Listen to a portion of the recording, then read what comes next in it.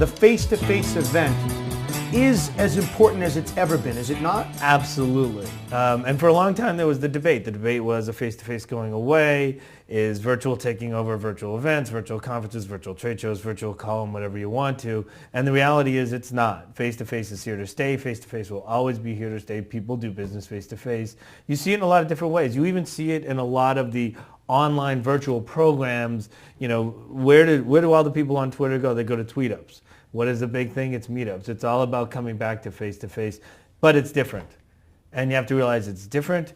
It's phenomenally different. It's incredibly different. It's different in every way possible. And the question is, how do you make that different work? All right, so let's go back 20 years and start with Crosstech when you guys started and you got in the events business.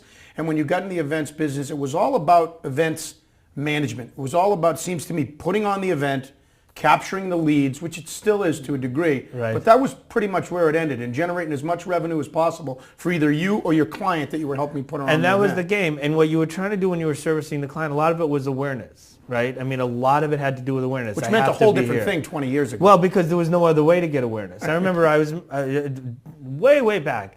Interrupt, one of the first interrupts we ever did, walked into a booth. A friend of mine was actually one of the executives there, and I said to him, "You're not doing much here. You're not generating a lot of traffic. Why are you here?" And he said, "We have to be here. We have to be here to prove that our company is still around, that we're still in existence, that we're still a part of the industry. We have to be here." And you saw it with product announcements. You saw it with product releases. They were always the biggest trade shows. Were always about the biggest product releases. Breaking news. What's Apple going to say at Macworld? What's Microsoft going to say at Comdex? They broke it at the trade show because that was the best place to get the exposure back then. Lead generation is one thing, but it's more about deal making. It's more about getting to know and getting connected. And it's what can I do face to face that I can't do offline.